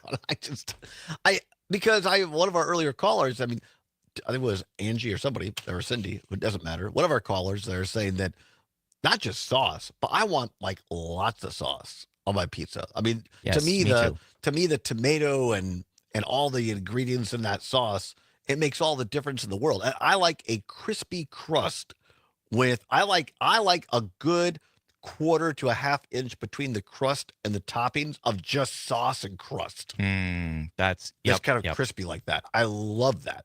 And so I absolutely think no sauce is worse. I wouldn't eat a pizza with no sauce. It's not pizza without sauce. No, not really.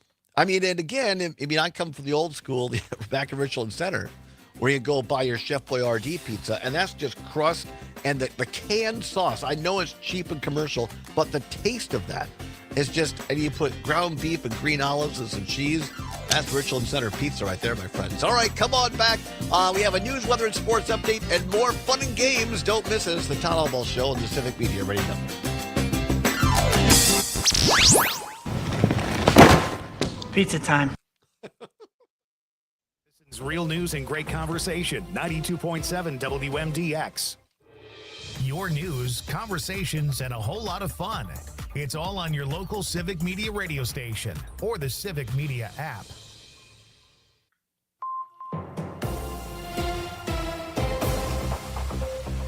From the WMDX newsroom, I'm Terry Barr. Republican proposed legislation to require sheriff's officials help immigration authorities pass the Assembly's Public Safety Committee. The proposal would require citizenship proof of anyone arrested on felony-level offenses. If unable to verify citizenship, deputies would be legally required to report it to the U.S. Department of Homeland Security. The legislation will get a full vote in the Assembly, but Governor Tony Evers says he'll veto the bill if it reaches his desk. Another bill needing co-sponsorship among state lawmakers would eliminate daylight saving time in Wisconsin. Here's meteorologist Brittany Merlot. Representative Nate Gustafson from Fox Crossing and Senator Rachel Cabral-Guevara in Appleton said this bill seeks to establish a consistent standard time throughout the year. The bill aims to promote public health, safety, and economic stability. This, however, would keep sunrises and sunsets early, meaning in the middle of July, the sun will shine into our windows at 4 a.m., and the latest it would be out at night would be 7:30. Outdoor enthusiasts and people with 9-to-5 jobs will ultimately see less sunlight after work in the warmer months. Elon Musk, who has been leading the Department of Government Efficiency, has also suggested ending time changes. And high school sports championships will remain in Wisconsin's capital writing city legislation for on 8 time more years. changes. Civic Media Sports Director Jimmy Kutzka has details. State high school championship events are staying in Madison through 2033. The WIAA and UW-Madison announced an 8-year contract extension to continue to host boys and girls golf, individual and team wrestling, softball, boys basketball, and 11-player football at its campus facilities. UW Director of Athletics Chris McIntosh said that the economic impact for the Madison area for hosting the state championships is over $22 million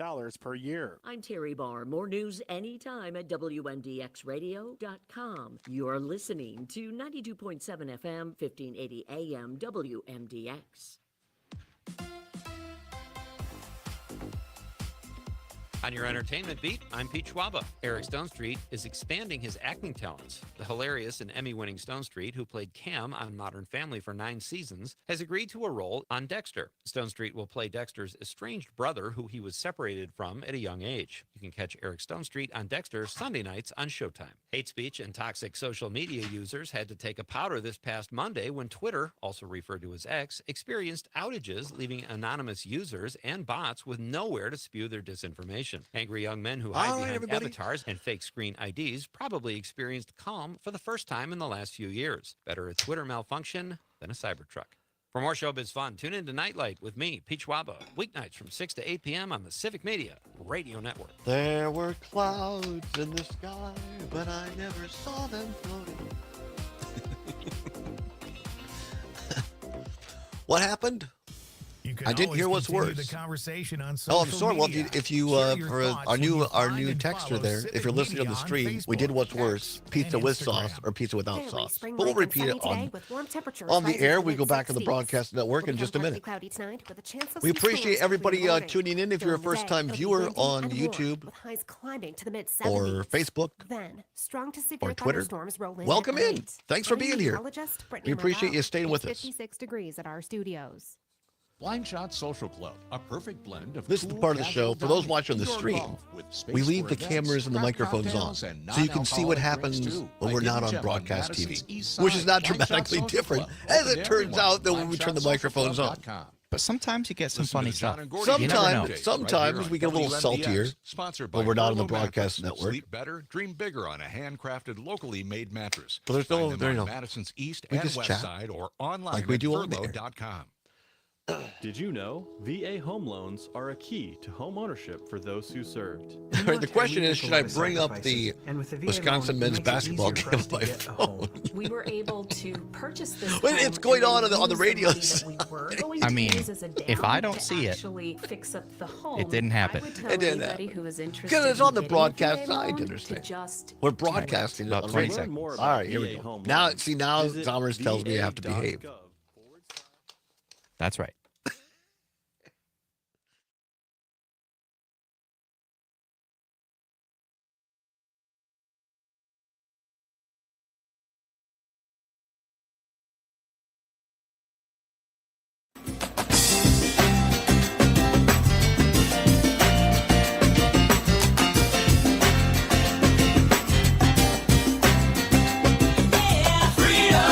Pursuing truth wherever it may lead and having doing it? Welcome back to the Todd Allbaugh Show on the Civic Media Radio Network. Glad to have you along. 34 minutes now past the hour, 1 o'clock on Thursday, March 13th, 2025. What a beautiful day. Zommers, we forgot to check. What's the street cam looking like? Can we check out here in the corner of Fairchild and State Street in downtown Madison? Look at that. Oh, hang on. I'm going to adjust the camera. Give us a little music here, Zommers, and we'll walk. Currently, the street cam is pointed a little bit too high. We see more of the sky than anything else. Todd is adjusting it. You can see the street, plenty of cars crossing. That's a lot better. Because we have a look at that. That's beautiful. It's a beautiful shot of downtown Madison. We have a lot of people today joining us on the stream on Facebook, YouTube, and Twitter. Higher than usual, and we appreciate that. And we know that it's not for me. It's because of our great guests. Dan Schaefer and Dan Jacobs brought a lot of their followers along today, and we appreciate that. So here now, for those that might be watching, this is a bonus for those that if you think, well, sometimes Todd puts me to sleep. He wouldn't be the first one. And so we need something to visually stimulate us during the show. Well, just check us out on Facebook, YouTube, and what used to be Twitter, the old X Factor now. And we give you the stream, the visuals every day. And you can check us out there either at the Civic Media or at the Todd Allbaugh Show or just Allbaugh Show, ALLBAUGH. Glad to have you along. And you can see, look at that. It's a delivery truck right now. Some people did some shopping. They're about to cross the street right there by the Overture Center. It's a beautiful day in downtown Madison. You know, talking about visual stimulation, maybe one of these days I'll start playing Minecraft and just put it on one of the screens like they do on some TikToks and stuff, Sure. or just maximum overstimulating visuals. Too many things going on. Glad to have you along at 36 past the hour of 1 o'clock. One of our listeners from WMDX here in Madison texting in, a brand new texter. We appreciate that as always. I said, what happened? I didn't hear what's worse. Well, a little late to the party, but that's okay. We'll repeat it. Our what's worse today involved pizza. What's worse, pizza with sauce or pizza without sauce? Sherry in Horicon, by the way, listening on MDX, says, I like sauce. And really, who doesn't? Well, I guess there are some people. And so it was great. We had Kurt calling in, who is an entrepreneur, a pizza maker, a pizza owner, who's been in the pizza business like 20 plus years. And he's telling us that occasionally some people, for whatever reason, digestive or otherwise, they order their pizza without sauce. So it is a thing, but I just prefer pizza with sauce. Yeah, me too. So appreciate everybody calling in. We do that each and every day in hour number 2 here on the show, asking you the less important questions about what's worse. Got to have some fun every day as well. Don't forget, if you're tuning in across the Civic Media Radio Network looking for the Wisconsin Badger basketball game, it is playing right now on some of our network stations that include the Badger Radio Network. Matt LePay and Brian Butch, Wisconsin, just underway now against Northwestern. You can hear those games via the Civic Media Radio Network if it is not playing in your area. But we hope you stay with us as well. Have a little fun here as well. Ollie in Northwoods calling back. Let's go to Ollie quickly, 855-752-4842.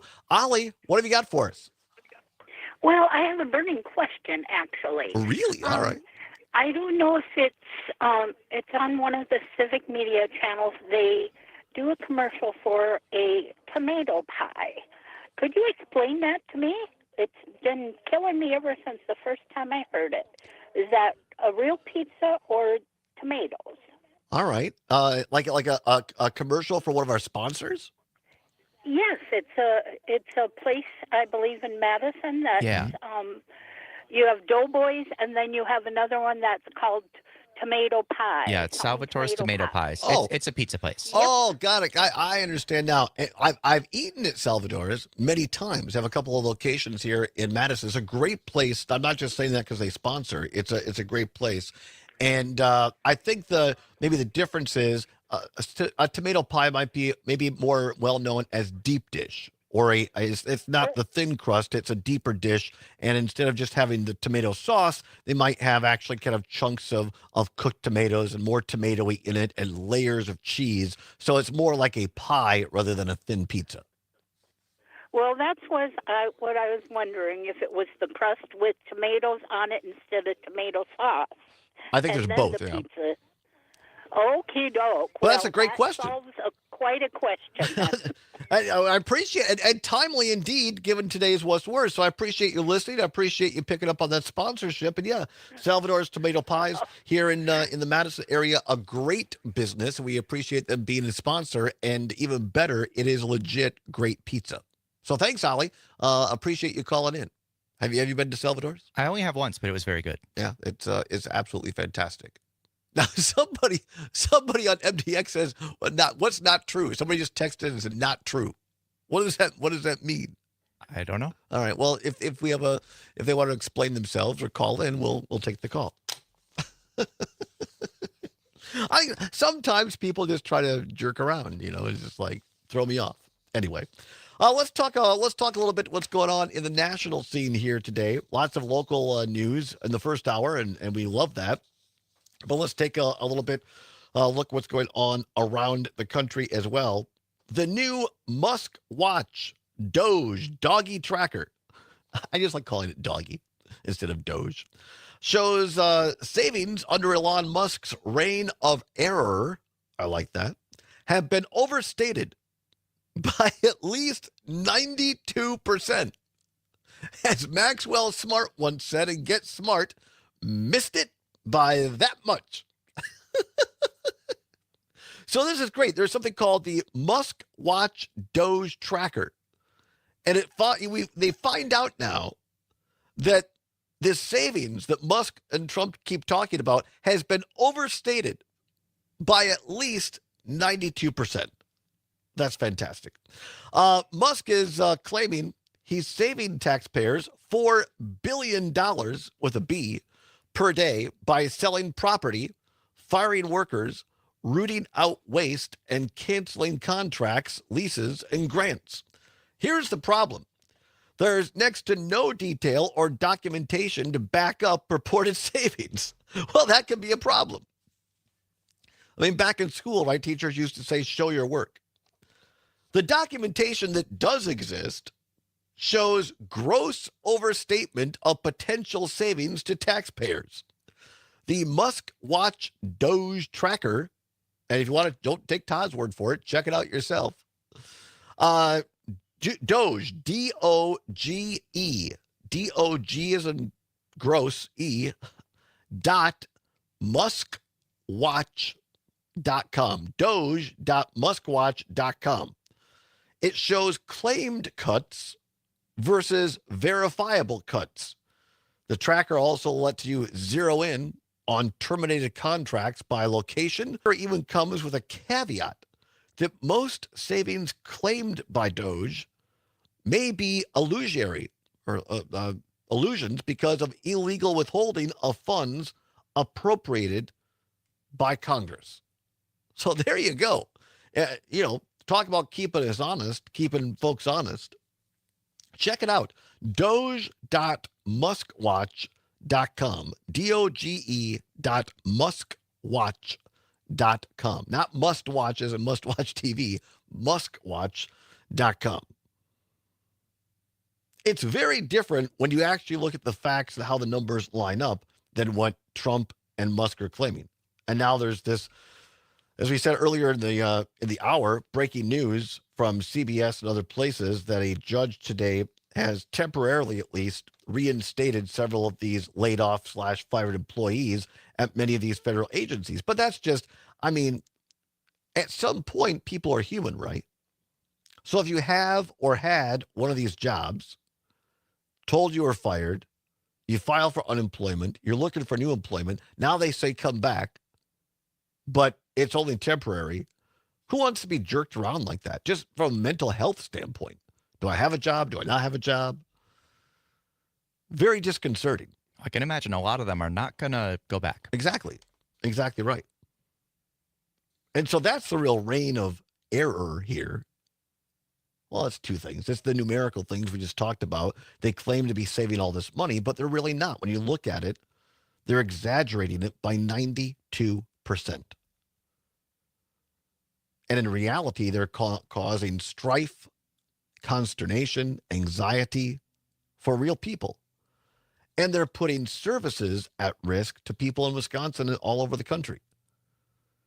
And that uncertainty, along with this tariff trade war, I didn't even get to today. Trump has put a $200% tariff on alcohol from Europe. Really? Yeah, I'm not making that up. Wow. Now he's going after European liquor. What is the point? I've known a couple of those, but I don't know. I don't know what the point is. I'm not sure what the point is. 855-752-4842. This is great. Tom in McFarland now is listening, and he is calling in to correct me on pizza versus tomato pie. This is fantastic. Tom, thanks for calling in. Tell us now, because I was putting it in, Ali called earlier and asked about one of our great sponsors, Salvador's Tomato Pie. I just said to put it in layman's terms or something I thought was understandable. The closest thing I can think of that other people might relate to is like a deep dish pie. But please educate us, Tom. What is the difference? There's a bit of a difference on that. A deep dish is more like your Chicago-style pizza, and that's more like a cheese casserole, for lack of a better term, or cheese lasagna. It's very deep, very thick. A tomato pie, the crust is going to be more like, I think in terms of Pizza Hut and their traditional crust that they have. Okay. That's about as thick as it's going to be. All right. And So it's not going to have as much cheese as a traditional pizza is going to have. When you look at your like standard pizza, that's more of like a marinara type of sauce. It's not going to be as thick as a tomato pie sauce. That's going to be a lot thicker. And not as much cheese. So you're going to have a thicker crust, not a deep dish, but a thicker pan-style crust, a chunkier sauce, and less cheese. This is Salvatore's, being the awesome place that they're going to be, they will make that pie any way you want it to. If you want cheese on it, tell them they'll load it up for you, no problem. do you work there, or do you just frequent the business? I do not. I right. happen to like their tomato pies. They're very No, good. they're great. They're fantastic. And you did a much, much better job of explaining this than I did. So I appreciate you calling in. And I'm from Chicago, so I get that. See, you're from Chicago. Tom, I think what we really need to do is we need to do a show from Salvador's, have you there, and we need to sample these on the air so we can accurately tell people. I think that is an outstanding idea. I do as well. Thank you, Tom. You've given me a new idea for an on-location show. Thanks a lot, Tom. We appreciate you listening to the beautiful. Have you been to McFarland's, Summers? Not. I've driven past it. I don't think I've done anything It's there. a beautiful community. It's one of those suburbs right south of Madison on your way to Stoughton. Stoughton gets a lot of play, which they should. It's a great community as well. But the McFarland is a slightly smaller city. But they have a beautiful little lake right there and backwaters to the Ahara watershed. It's great. And my godsons used to run a lot of track meets at McFarland High School. They have a beautiful high school and a great track there. Beautiful little downtown. It's great. Check McFarland I do not get to enough places around the state. Like I'm from Manitowoc. I used to live there. So I've been to a lot of the towns around Manitowoc and like Sheboygan, Green Bay, and around that area in between the two. But I've only lived in Madison a couple of years, and I haven't adventured too far out of the city. And I would certainly like to, because when I have, it's been great. Absolutely. Wisconsin Sea is a great place. We appreciate Tom McFarland. We're going to put that on our What Makes Wisconsin Great list, Zombers. We have to go do, and this is not just for fun, right? This is research for the show. Right. Yes. Business expense. We'll see about that, but we'll make a visit at some point to Salvador's Tomato Pies, who is a great sponsor of the Civic Media Radio Network, and we appreciate that greatly. We're going to take a short break here. Come back, we'll give you a little update on the Wisconsin Badger game against Northwestern, and we'll also wrap up the show. It's a great afternoon, a great day to be Wisconsinite. You're listening to the Todd Allbaugh Show, and you're listening to the Civic Media Radio Network.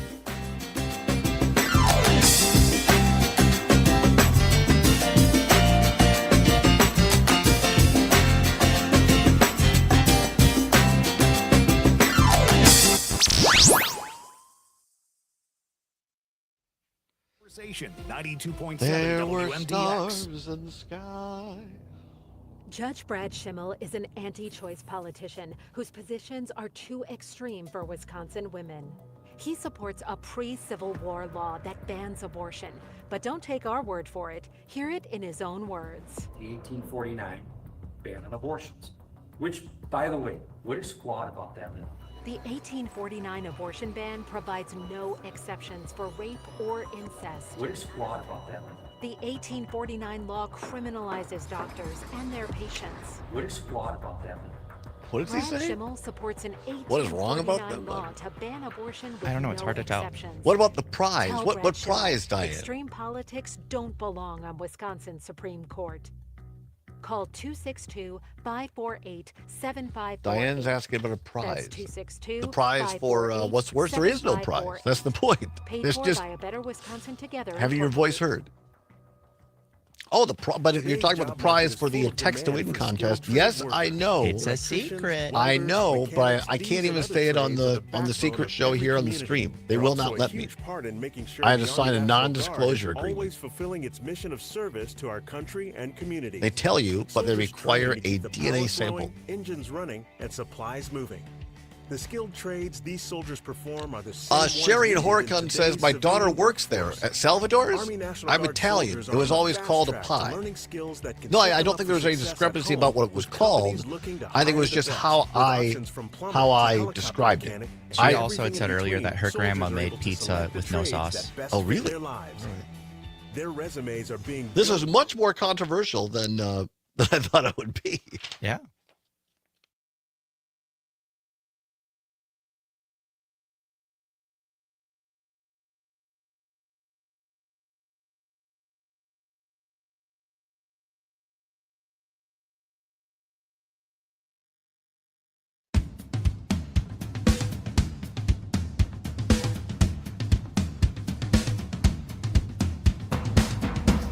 Welcome back to the Todd Allbaugh Show on the Civic Media Radio Network. Glad to have you along with us here at 9 minutes before the hour of 2 o'clock. At the top of the hour, ABC and CBS News, followed by a quick check of your weather. Sports update with our great sports reporter, Mike Clemens. And then it's on to the Maggie Dawn Show with the one and only Maggie Dawn every afternoon from 2 until 4, followed by Dom Selvia from 5 until 6, Pete Schwaba from 6 until 8, Rick Smith Across America, and then Native Roots Radio, all coming up here on the Civic Media Radio Network. Right now on select stations, and as Letterman likes to say, hopefully one of your stations has been selected. Right now on the Civic Media stations that carry Wisconsin Badger men's basketball, the Badgers are in a tight game early on. At last check, 14 minutes, 29 seconds left in the first half, so still a lot of time left. Northwestern leads Wisconsin 12-8. So early on in that one, a tight game. Badgers taking on Northwestern, who beat Minnesota yesterday.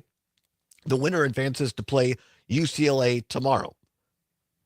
Badgers right now ranked number 18 in the country and trying to up their spot for the NCAA seeding.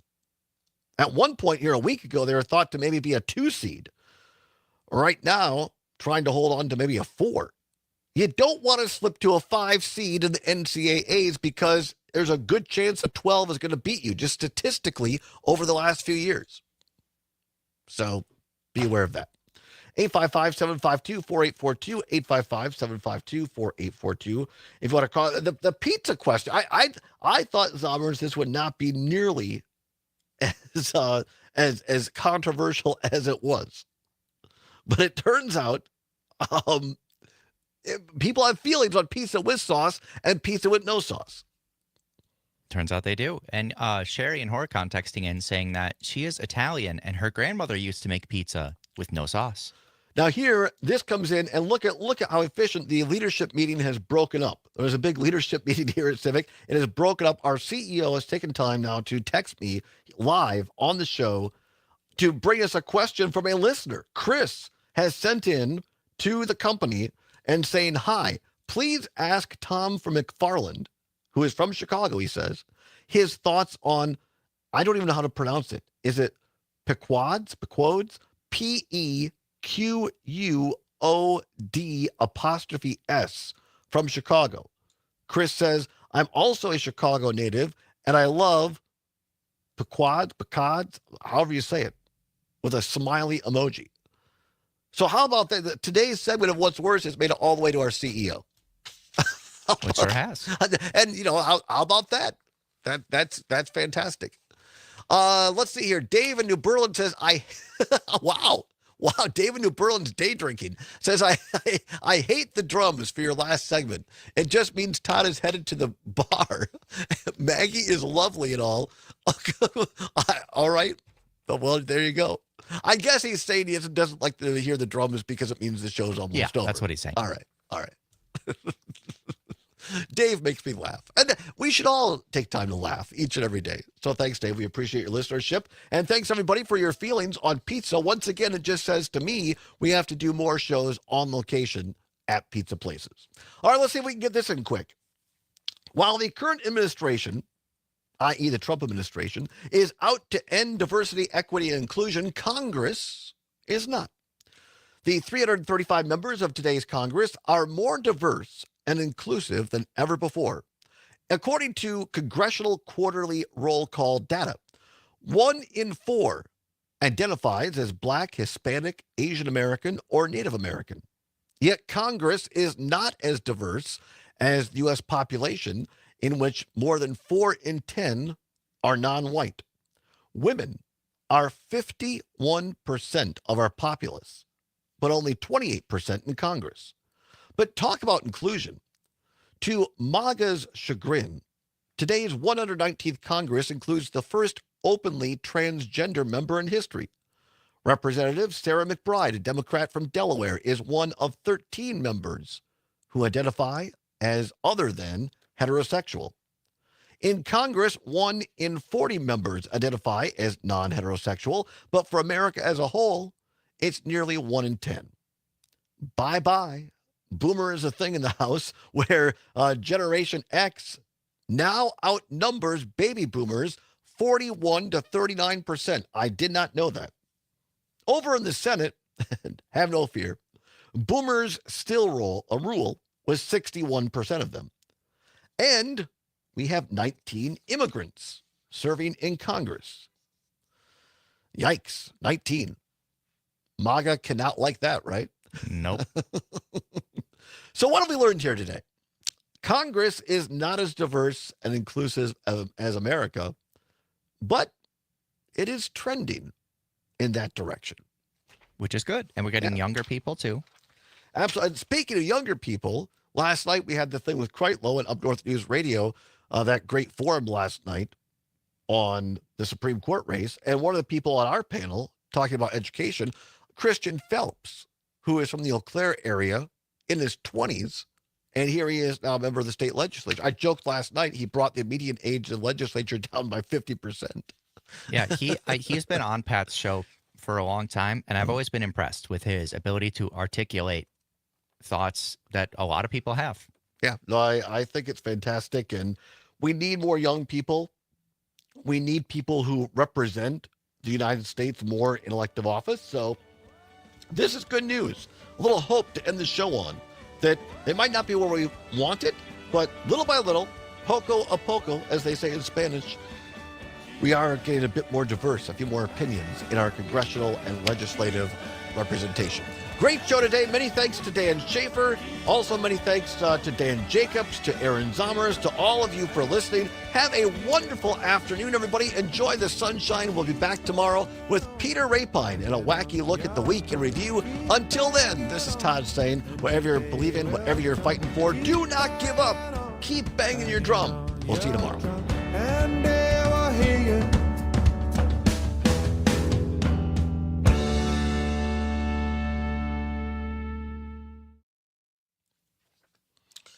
All right, everybody. Thank you. We appreciate you watching on the stream. Come on back tomorrow. We'll see you later. Bye-bye. Adios.